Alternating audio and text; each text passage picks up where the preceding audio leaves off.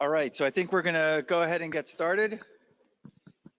So our next speaker is Dr. Olga Britanova, who got her PhD at the Institute of Bioorganic Chemistry of the Russian Academy of Science. Since 2008, she's been working in the Laboratory of Genomics and Adaptive Immunity, headed by Professor Chudakov, where her scientific interests are focused on molecular immunology. She's developed PCR-based techniques for TCR and BCR profiling analysis and conducts investigations of changes in diversity of TCR and BCR repertoires in health and disease. We're very happy to have her today. Hello, everyone. I'm Olga Britanova, and thank you, Steve. So today I'll talk about our ongoing study on the development of monoclonal antibody against TCR receptor. And this antibody can be used as a therapeutic agent for such autoimmune disease treatment, for example, ankylosing spondylitis. This conference will now be recorded. Yeah, thank you. Ankylosing spondylitis is a chronic autoimmune disease, which is characterized by inflammation of spine and sacroiliacal joints that finally leads to spinal fusion. It is well known that more than 90% of IS patients in Caucasian population are HLA-B27 positive. Such strong association of certain allele with disease led to the hypothesis that a common antigen presented by HLA-B27 and further recognized by CD8 lymphocytes might be involved in pathogenesis. In order to identify autoreactive T-cell clones, we performed a comparative analysis of TCR beta repertoire from 25 AS patients and healthy donors. We combined high-throughput sequencing analysis with molecular barcodes and computational approaches for the analysis of T-cell clonotype sharing. As it was already mentioned yesterday, TCR diversity is extremely high. That is determined mostly by hypervariable region 3, hypervariable region CDR3. And this region is responsible for antigen recognition and formed through somatic DNA recombination of V, G, and J segments.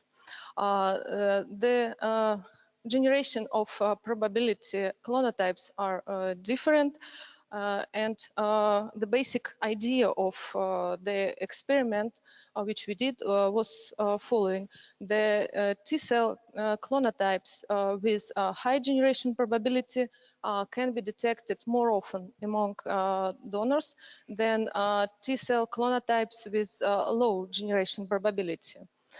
The chance of detecting T-cell clonotypes with low generation probability increases among donors with similar MHC context if these clonotypes were expanded in response to the same antigen. To estimate generation probability, we applied a modified approach recently published in this paper by Professor Valtsak. So in our data, we identified a TRBV9 clonotype with identical CDR3 sequence among AS patients, and that was shared among AS patients, and it was not found in healthy donors. The more careful analysis of correlation between generation probability of TRBV9 clonotypes and its sharing among healthy and AS patients revealed a group of similar TRBV9 clonotypes that were typical for AS patients. These clonotypes had higher frequency of their detection than it could be expected according to their generation probability. Then this group of clonotypes had rather a low abundance in peripheral blood, but it was highly enriched in repertoires from synovial fluid of these patients. Yeah, and this data indicates that expansion of these clonotypes might be driven by the same antigen. The most of current antibody-based approaches for autoimmune disease treatment are aimed to suppress the immune system by therapeutic agents directly or indirectly suppress the inflammation. For example, anti-TNF therapy with monoclonal antibodies is currently approved for ankylosing spondylitis. But clinical data show that only half of the patients with AS respond to this treatment. Although anti-TNF inhibitors block, reduce the inflammation, it cannot stop completely development of the disease, for example, progression of ankylosis. Therefore, monoclonal antibody targeting TCR, typical for autoreactive T-cell clones, seems to be very promising tool. Similar approach was tested in mouse model of collagen-induced arthritis.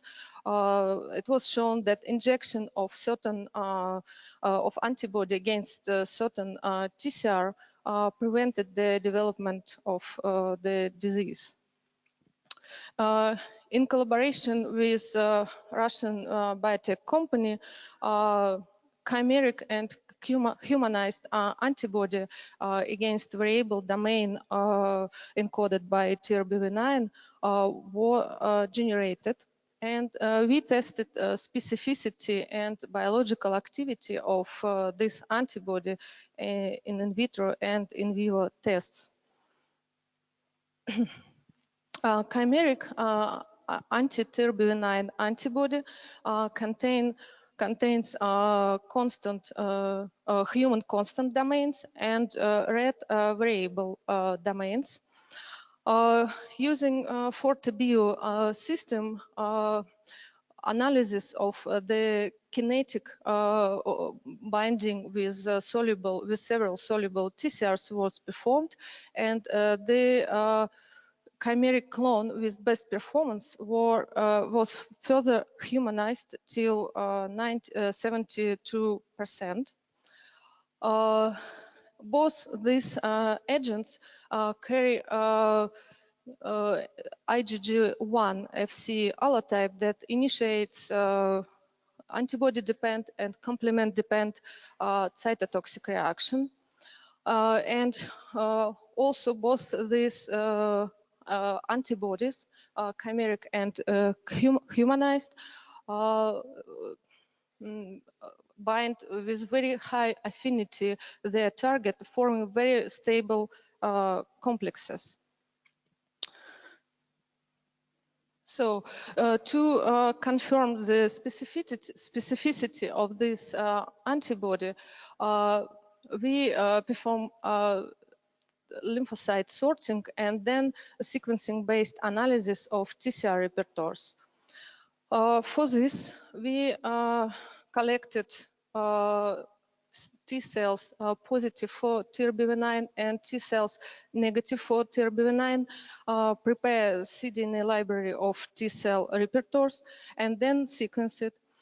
This analysis revealed that cDNA libraries obtained from the positive fraction were 93% enriched in TRBV9 amplicons, whereas no TRBV9 sequences were found in negative fraction. It indicates high specificity and efficacy of antibody, and the results was similar for chimeric and humanized antibody. Then in serial dilution test, we estimate half effective concentration of antibodies, and this concentration for chimeric antibody was about 10 nanogram per milliliter. The cytotoxic activity was measured in non-standard approach for several reasons. First, the target population of cells constitutes a small portion of entire lymphocytes, just about 3% in human blood. And the second, this target population doesn't have any unique marker besides TRBV9. Therefore, we used for our cytotoxic test mononuclear fraction isolated from human blood, since it contains target cells and cells-mediated cytotoxic activity. The cytotoxic effect was measured based on increased proportion in dead cells among CD8 and CD4 lymphocytes. Of course, this data were confirmed by real-time PCR, and then we start in vivo testing. We were lucky, and this antibody recognized monkey macaque TRBV9 domain. The human and macaque proteins share 96% amino acid identity. For these experiments, we selected 20 animals that was split in 5 groups. The control group of animals received human immunoglobulin, and the other 4 groups received 1 or 10 milligram of humanized or chimeric antibody per animal. And then we collected sample of peripheral blood before and at several time points after treatment. Unfortunately, I don't have right now data on pharmacodynamics and pharmacokinetics, but we also tested the samples by cytofluorimetry and real-time PCR. We didn't detect any positive cells in 19 days after administration of all antibodies. The results obtained by real-time PCR support that the cells were eliminated. Actually, here we developed the system for amplification TRBV9 and as internal control TRBV7 variable domain. Here you can see normalized concentration of TRBV9 against TRBV7. We measured delta-delta CT number of cycles for amplification of TRBV9 amplicon and number of cycles for amplification TRBV7 amplicon. And here you can see that the concentration of mRNA of TRBV9 dropped significantly starting from the 3rd day of experiment, and was stably downregulated till this point, 90 days. Now we are going to perform this experiment in a large group of animals, and we hope we can repeat it also in volunteers, and we have already one who is ready to get infusion of this antibody. And let me summarize everything.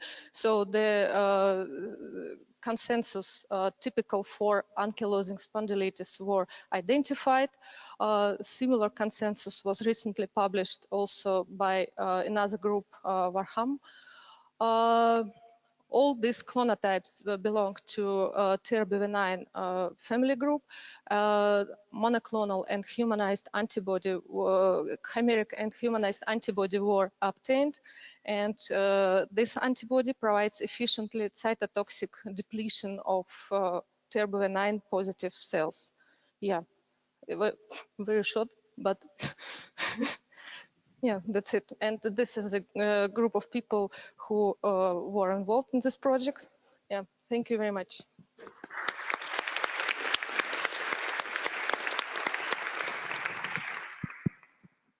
All right, we've got time for some questions.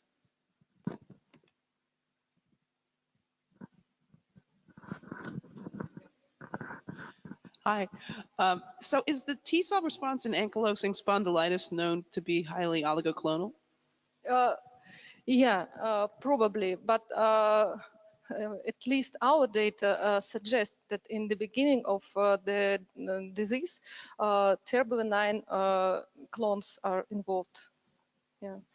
Could be that, for example, with advanced stage of the disease, some other clone might be involved, but we don't have such data. Yeah, because I mean, I guess one concern is if you just target the one type of T cell, then it might just move the immune response to another clone that's a different P beta, right? We have some data from a case of personal case. The person who has ankylosing spondylitis and did bone marrow transplantation. We detected that appearance of symptoms coincide with appearance of a particular clone in his peripheral blood. Thank you. Other questions? All right, let's thank our speaker again.